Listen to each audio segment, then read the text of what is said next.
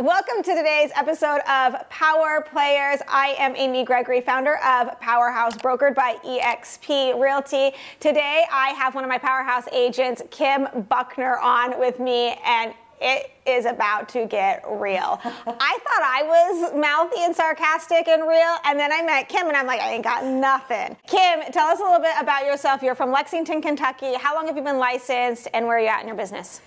I have been licensed for 13 years. I have focused on real estate the entire time. I was a CEO of a very large real estate company for right at almost 7 years.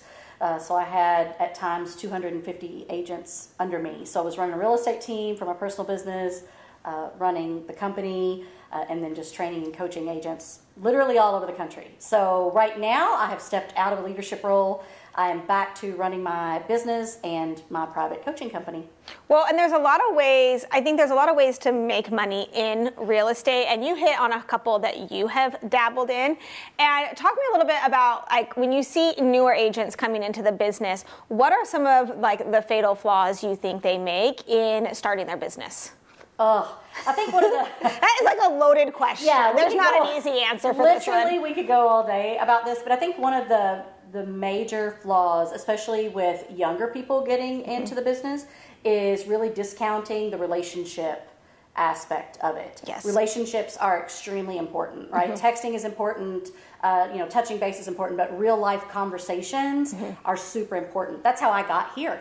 Yes. Right? That's how I left one company and came to another company, was all because of a relationship that I had with a really good friend that I hadn't kept touch with we've been out of touch for years. Yeah. And we had just started talking a little bit about the real estate world, and it was literally that conversation that brought me over to eXp. Well, because we are an anomaly, and I don't think anyone, in case you don't know who Kim Buckner is kind of a big deal. And when she came and joined Powerhouse at eXp, I was not a big deal. And it was like an anomaly of, like, you had some of the big boys at eXp cold calling you like, hey, you should come to eXp, you should come to eXp. So, like, you're not a dummy. Like, you've been in the game a long time, right? And so what made you consider it this time? Okay, so first of all, super big deal. But not when you came over with me. I was still a pretty small fish. I still am a small fish, but everyone's business kind of grows, right? Well, we could argue this all day, right? Yeah, everybody is a whale in their own sense, right? Yeah. In your own world, in your own. Somebody's a great mom. Somebody's a great organizer. We're all great at something, right? Yeah. We all suck at a lot of things too. But I think for me, I had recruited against eXp for years, and I had brought over 400 agents into the company where I was.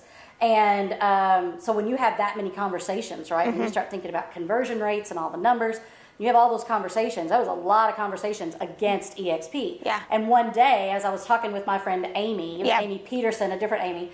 As I was talking with Amy, it really just clicked with me. It's like, wow, that must have been like a really big priority if I'm recruiting against it. If I was spending so much of my time recruiting against it. So that, for me, that was the big kind of red flag that I needed to stop and take a step back and gather. So you found yourself, I want to make sure I understand this correctly. You found yourself in your recruiting calls, eXp was always the other one you were going up against, so you had to like... No, not always. Okay. However, it was kind of new on the scene in Kentucky, and it was definitely, as far as regional leadership, it was a big piece of conversation of, hey, learn about the model, here's how we recruit against it, here's how we overcome all the obstacles of what people think or don't think about eXp. Yeah. And anytime that something's that big of a conversation, it's clearly relevant. It's relevant. Right? So I was just taking a step overall. I think, I was about to turn 50, so I think that everybody has a space or a time in their life where they hit this spot of reassessment.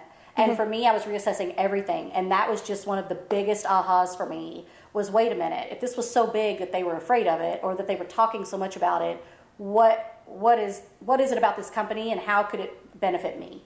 Absolutely, right? Because one of the things I think that a lot of, like, when we go back to like this newer agent getting started in the industry, is that they fail to realize is you're running a business, right? And so you have to start thinking like a business owner, which means you have to be able to put yourself on the other end of the transaction or on the other end of the business and understand, okay, how does EXP make money? How does this brokerage make money? How does my team leader make money? How do I as an agent make money? How does what's in it for my client? What's in it for the buyer? What's in it for the seller? And you have to be able to kind of like put yourself in all those scenarios and think like those people, because we're all playing a game of chess to some degree. And so you need to know, like, how do I move those pieces? And it sounds like to me, like you are able to start saying, oh, wait a second, let me jump on the other side of this fence and just think about it. It doesn't mean you actually have to physically jump, right? But like putting your mind in those environments where you're like, okay, let me think about how does that work for all the pieces involved. Yeah, absolutely. And once I saw that, and once I truly understood the numbers, once it clicked, there was no unseeing it. Yeah, it's like once you see it, you can't unsee it. You cannot unsee it. And then it's just this constant debate in your mind of what you're missing out on, what you're losing. And I had a conversation with a friend of mine. So she was the CEO of one of the offices in my same region. We were very close friends. She had left about 4 years prior to go to EXP. So I called her and I was like, real talk. Real talk. I want to know what your stock options look like. Have you heard the story? No, but I'm on the edge of my seat. So I called her and I said, real talk. I want to know what your stocks look like since you've been there in 4 years. $950,000. So because it took me 4 years to make a decision, it cost me $1 million. $950,000. So now her story is not my story, right? We're all different. And she was within my area. There's all the different variables of how money comes about. And I realized at that point I had to get out of my own way. And that is a huge factor for brand new agents. They second guess themselves. They question their abilities. I'm brand new. I don't have the same thing to bring to the table as this person does. So when you do not have the ability to just get out of your own way and dive in and do it, you're going to hold yourself back. Well, and I think we have this conversation all the time in Powerhouse, because Powerhouse tends to be more female-centric. And a lot of times you have women coming in and they've had different seasons in their life, right? They might be in chapter 2, 3, or 4 of their life where it's like, well, I had this great job in college, then I stopped working and had babies, and now I'm ready to get back to work. And they think, oh, I'm just a brand new agent, I have nothing to offer. And I'm like, no, like you actually have so much to offer, because you've had all these different experiences. And it goes back to the relationships. And those females tend to be really entrenched in relationships. And I always say whoever has the most relationships wins in real estate, no matter how you're building your business. I mean, absolutely. Your reputation is everything. The relationships that you build, it's everything. Right? And for me, this is another thing, going back to the whole EXP thing, is for me, that's what had really grown and built my business, was the relationships that I had, my husband had, our families are both from the same area.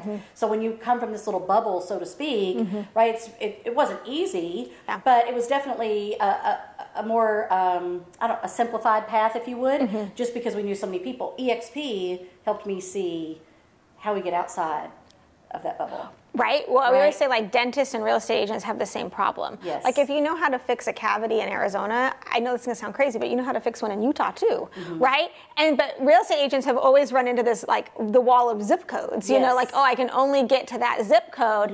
And so when you think about scaling a business, you just keep hitting the ceiling. And EXP, and this was because of my previous experience of, like, owning online storefronts, which I literally sold T-shirts online. That was not, like...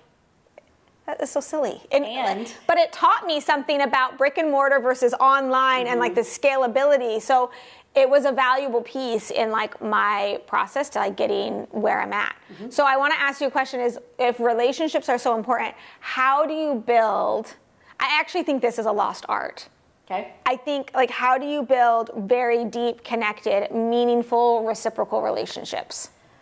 So let me start by saying the very deep, meaningful, reciprocal relationships are few and far between. Yep. So my circle is, like that. It's super big. Tight. Yeah. Am I in your tight You're circle? In my circle. That was going to be really awkward if you said no. I'd be like, okay, and cut. But my circle, seriously, it is. It's very small. So those relationships I guard at a super high level. I'm a very loyal person, and I go into my what I would call secondary relationships. Right? So whether that's friends that you know from church or school or, sports parents that you met through your kids or whatever, right? Those are your secondary relationships, but I'm very loyal to those. And so I think that fostering those relationships, people, we always joke and say, kids or dogs, they can sense who you are, right? Well, most people can too, right? And so when you come into something and you're very authentic and you're very genuine, right? People are going to say a lot of things about me. They are never going to say that I'm not authentic and I'm not genuine. I am who I am all the time, no matter where you see me, right? So I think that's super important when it comes down to someone knowing how strong of a fiduciary I'm going to be for them, or how hard and strong I'm going to be how I'm going to negotiate, right? Yeah. In the middle of a transaction for them, they know I'm going to be a bulldog all day, every day, and I'm going to protect their money just like it's my money. Yeah. And it's the same way with the women now that my circles are getting a little bit bigger, right? And they're all kind of starting to overlay with each other a little bit. I protect those just as well. Yeah. So I think it's super important to understand. I've told my kids since they were little bitty, reciprocity is king. 100%. In all things, all right? things. In your romantic relationships, in your friendly relationships. And if you come to a point where you feel like, wow, I'm doing all the giving and I'm getting nothing in return, it's time to step out. Yeah, that's a relationship killer. Like immediately. Cut and tie. And Which then goes to this thing of like, and there are times where inside relationships you are giving, right? Like I don't know the answer to this question, but I bet there are times where you've stepped out of deals and you've lost money on deals because it was in the best interest of the deal, of saying like, you know what, this is going to work better without me, or let me just let this work for you, and I know I'm not going to get paid, whether it's coaching or transactions or whatever, because it's what's in the best interest for that relationship. And I've done the same thing where it mathematically or financially doesn't add up or it doesn't make sense, but when that's what's in the best interest of the relationship, and if the relationship's important to me, I will always make that call. Yeah, it's not always going to make sense. No. But you always have to do the next right thing. The next right thing. Always. So it's that way when we're talking about reciprocal relationships. Yep. It's going to be in all things, right? Your family obviously has to come first. You know, your friends and your clients. You've just got to. It's the constant juggle. Okay, wait. Women. Don't you think though? This is the thing that I actually think women struggle with the most, especially if you're a mom inside of real estate, is they feel apologetic for being a mom. But when we talk about like having it be reciprocal, a lot of times clients will be. This is what we're talking about. It is reciprocal. Like they know you're a mom. They value that you're a mom because they're oftentimes a mom. So a lot of times either they don't mind if you have a kid on your hip, or they're willing to, they know you need to get a babysitter or something in your schedule. And so that's where this like relationships matter, and like really making it reciprocal, really you start to see it in action. And I think a lot of agents that are moms really struggle with being okay with that. Oh, I mean, we could talk about the whole mom business owner dichotomy. Like that could be like all day, right? Of just what that looks like to move into being a business owner. Having a job is one thing. And then when you actually run a business, build a full-on scalable business, it's a whole other ballgame, right? So when I say things, you know, my mom knows I'm coming out here, you know, to speak at a conference or what have you. And I'm going to finally get to meet some of my business partners. You know, they're in Michigan and Florida, you know, and she's like, what? What are you even talking about? Yeah. Yeah. So it's a whole other world. Well, it's a whole different ballgame, and I struggled with that transition of there is a difference between being like an employee and a business owner as a mom, because as an employee you can kind of check out and just go home, right? But when you're the business owner, like that phone's ringing, you have to answer it sometimes.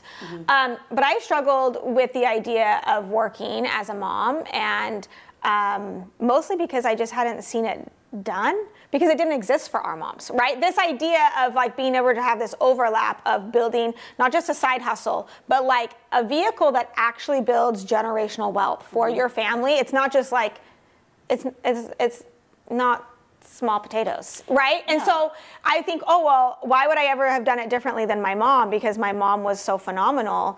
But again, these opportunities didn't exist for her.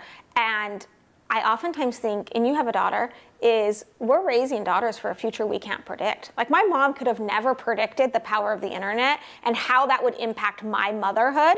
And I can't help but wonder, like, what conditions will our daughters be raising kids in? Well, it's funny. The fact that you just said that these were opportunities that our moms didn't have, I think that a lot of the opportunities I have today are because of who I'm in business with. Yeah. And then some of them are just straight up because I'm a hustler and that's who I am and it's in my DNA and it always will be. And now that I have these opportunities, it is my responsibility to create these opportunities for other women. 100%. Right? Everybody. I have a son and I have a husband. Do not come at me. I love men. They're phenomenal. Right? Yeah. And as a female, as a mother who has been able to raise two phenomenal kids and run a business at the same time, it is now my responsibility to ensure that there is a path for other people to be able to do the same thing. I want Yes. women to realize the potential that they really have.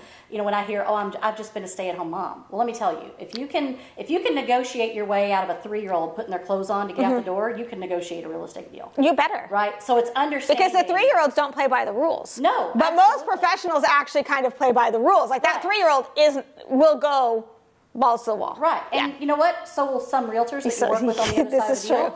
And so will some clients. And you've got to be able to put those people in check and keep them in their place and keep the deal running smoothly. Right? So if I'm going to go head to head with my 3-year-old, I will certainly go head to head with another realtor. Well, and that's the other thing I say is like if you can get like you're marketing to your kids all the time too. Like we talk about this all the time because Kim's kids are a little bit older than mine. Someone's like, "Hey, how'd you pull that one off?" Yeah. Right? But it is like you're coaching, you're teaching, you're training, and you're marketing to them all the time of like, "Hey, I want you to buy into what I think is best for you." Right? And so you do have this muscle. You're just gonna like tweak it towards a business opportunity. Yeah. But moms are phenomenal. Let me tell you, you'll hear. Amy and I were talking about a conversation the other day with some feed, and it was a comment basically about me. It said something like, "Well, she seems a little controlling." Dang straight I am. A little. You missed that, right? Yeah. I am a lot controlling. A lot. And let me explain to you. When you come up on any situation, whether we're in a business deal, a car wreck, a ship is sinking, whatever is happening, right? Whatever you're in the middle of, there are different types of people. Yep. And you're going to have 10% of the people that are standing around waiting on To be someone told to what tell to them do. what to do, Yep. right? That's a lie. 80%. 80% of the people standing around waiting on somebody to tell them what to do. 10% stand around critiquing. Yep. Right? The 10% are saying, "Oh, we should be doing this. Why aren't we doing that?" Whatever. And then you've got 10% that actually take action and do something. I will always be in that 10%. I will always be controlling it. Well, right, wrong, or indifferent. My destiny up to somebody. Well, and this is the thing. This is true because one of the things there's a high and a low to that because I'm same boat as you. Like something's going down, and I'm like, this is what like if there is a catastrophe inside my family, it's like you get Amy on the phone, and I'm like, I'm calling this person, I'm calling this person, I'm calling in this favor, and you're doing this. Don't talk back to me. Get over there. Right? I become like a drill sergeant. Yeah. Right, wrong, and indifferent. That doesn't mean I'm always going to be able to make the perfectly right call, but I'm at least doing something, right? And when you get into the habit of doing that all the time, your like percentage of right calls increases because you've done it so many times, and you can start to anticipate, especially like in a real estate transaction. Like, do you know, like when a client, like when another agent submits an offer on your listing, do you know right off the bat if they're going to be annoying or not? Oh, I know right off the bat if they're competent or not. Yeah. Yeah. Yeah. And you can tell, like you can start to read, you're like, oh, even just how they submit their offer, I'm like, I don't know if this is going to close or not. Yeah, which is a whole other conversation of having the right realtor matters. Right? And it's such an opportunistic thing to say, and it's true. It's like whatever car you choose to drive, I mean, it does matter, right? One's going to get you farther than another. Or it's a fact. Well, listen, do you want Michael Jordan or do you want the guy on the bench? Like, it changes the game. Absolutely. You know, tell me you're old without telling me you're old. My sports reference is Michael Jordan. Oh. We could talk all day about it. Hi, my name's Amy and I'm over 40. Welcome. Yeah. Oh, stop it, youngster. No, but it changes the game. It does. And I don't think people know, like, oh, I'm going to use my cousin that closes a deal once a month, like once a year. And you're like, okay. So let's just talk about that, right? And that's part of like one of the business planning when we're talking about whole business planning. And I use it all the time. When we talk about modeling, right? Yep. Watch who you're modeling. Watch the rooms that you're in. Oh yeah. Watch the people that you're around, right? If you look at Kobe Bryant, and we can argue all day about who the best player of all time was. It is Michael Jordan. But we can argue all day about who that was, right? And I'm just saying, if you watch, and I've got a video that I showed during the business planning clinic, and it's a side by side of Kobe Bryant with Michael Jordan, right? And identical jump shot, identical body language, identical facial expressions. He literally modeled everything that man did and just boom, boom, boom, boom, boom, right? Climbed right to the top. So I think so many people are so distracted by thinking, oh, I have to be original. I've got to be, I've got to do it different. Do not reinvent the wheel. No. Right? There's like a system. You can put your own little spin on whatever you want to do, right? But follow the winners. 100%. Right? Like the whole fact that you well, put power and the players winners together. are going to keep evolving, and Yes. and that's the thing is you want to go head to head with those winners. Like I love when Kim challenges me on an idea. I'm like, okay, Let's please go. tell me a little bit more. Yeah, right? yeah. Because that is how ideas grow. That's how they iterate, and it's like, you have to ping pong an idea back and forth because Kim's going to see things that I don't see, and I'm going to see things that Kim doesn't see because our skill sets are different, which has really been the magic of Powerhouse. I kind of thought it would be cool if it worked out that way, but I didn't realize it would work out as it has. Yeah. Where it's been like, like so much mutual respect and like openness of like, yes, please critique this idea, because agents know what if it gets critiqued by that group of women, it gets phenomenally better. Well, and you have to be open to that, right? I think you've got to lose your sensitivity chip. I mean, I don't have one, but some people have them, and you really need to kind of shut it off a little bit sometimes, right? You've got to be open. Well, it's a business. Yeah. This isn't like a kumbaya. Like, No. do you want me to tell you what you want to hear, or you want me to tell you what you need to hear? I mean, when we're talking about the different parts of our business, right? If I'm just talking about the real estate part of my business, and I have someone's $900,000 home in my hands, I better know what in the hell I'm doing. I better not be meek. I better not get my feelings hurt easily, right? Like that is someone's life savings, right? That is a huge It's their biggest asset. that they have entrusted me with. So I am not going to let hurt feelings get in the way of what I say to you or how we have to work something out, right? Yeah. I absolutely want us to get through this. Yeah. But I'm not going to bend over Yeah. because you think something should be one way or the other. My commitment is to my client. Yeah. If I'm talking about being a mom, my commitment is to my family. Yeah. If I'm talking about being a coach, right? Like we could go Yeah. all day on that. So you've got to know when to take a stand, and it always goes back to doing the next right thing. Doing the next right thing. So we're in a shifted market right now. So what is before we wrap up, like what is your advice for agents that are feeling on shaky ground? Keep doing the activities. Yeah. Keep doing the activities. It is a numbers game. It is always a numbers game. Always. So when you hear, it blows my mind that you hear consumers right now that are afraid of buying because the interest rate is high. And a year ago, they were paying $50,000 and $100,000 above asking price. It makes no sense. No. And you're going to drive yourself crazy. Also, just like turn off the news. If you're looking to buy or sell a house, you should actually just turn off the news. Well, and it has nothing to do with where you live. No. All of that's based on, national numbers, Yeah. right? So I just think that when we're talking about a shifting market and how agents behave, you have got to just double down. Number one, always double down on your activities, but don't stop, right? Yeah. Some agents like freeze and they get that analysis paralysis and they're like, things What are am I slowing gonna down, do? I don't know what to do, right? Well, you can't be that 80%. Yeah. You got to be the 10% that jumps up and says, okay, I got to call this person, do that, set this system in place. Well, 100%, right? Because you see that with agents. 80% are going to wait to be told what to do. And that's fine. Make sure you're on a good team that's going to tell you accurate things that you should do. Yeah. The Or other you hire 10% one. are going to critique what's going on, right? But the other 10%, they're going to take market share. Like that's what they All are day going long. to take market share, And- because the second everyone goes on defense and like starts going like this, I'm like, okay, great. Now it's time for me to go on offense. And here we go, full throttle. I mean, I play offense all the time. Yeah. All the time. Yeah, but you double down. You double down. 100%. Yeah. Doubling down now. Yeah, 100%. Right? But I just think that, you have to understand the market. You have to understand the numbers. You've got to know your clients' needs. Well, and this is the other thing. I think people are like, well, how do I understand? I don't know. And I'm like, have you used the internet before? It's called Google. Right. It's called YouTube. You gotta learn It's how to called read knowing stats. lenders. It's Yeah. like, pick up the phone. Yes. Like, I love when people are like, well, I don't know what to do, so I'm going to do nothing. Well, that's I'm good like, for me. it's something would be great. If you just did something, that would be great. You keep doing nothing. That's fine. That's fine right? with me, right? 100%. But who does that serve in the long run, right? I think at the end of the day, this is all about everyone being better. Yeah. Whether you're wanting to move out of one house into another house, or you're wanting to grow a business, or you're wanting to be a better mom or a better business partner, it's always about being better. So just put yourself in the right spaces, right? Yeah. Get in the right rooms, get in front of the right people. So help each other be better. you've been over at EXP with Powerhouse for like a year? Almost October. A year. October will be 1 year. Almost a year. Yeah. And I will tell you that I about fell off my chair when I found out. I thought Kim has no business being in Powerhouse because she's a better agent than I am. love it. She knows way more than me. I felt way out over my skis. Okay, but this is a normal feeling in your business. Okay. Right? Like where agents feel like, oh, this, even like the listing feels bigger, or the client, like Sure. the deal, you're doing more deals and you feel like out of your league. And so I remember thinking like, oh my gosh, but you've been such a huge asset to Powerhouse, such a huge asset to EXP. What highs and lows of moving to EXP? No, there's not a perfect brokerage, and we'll say this like... Oh, you can sell real estate anywhere. You can sell real estate out of your garage. Let's just make that right. But for me, being able to grow other businesses and have additional streams of income, they have made, all of those things have made me a better realtor. Yeah. I have a stronger understanding of finances. My financial thermostat is higher. So being at EXP in the last year, let's see, I've established, 3 additional income streams.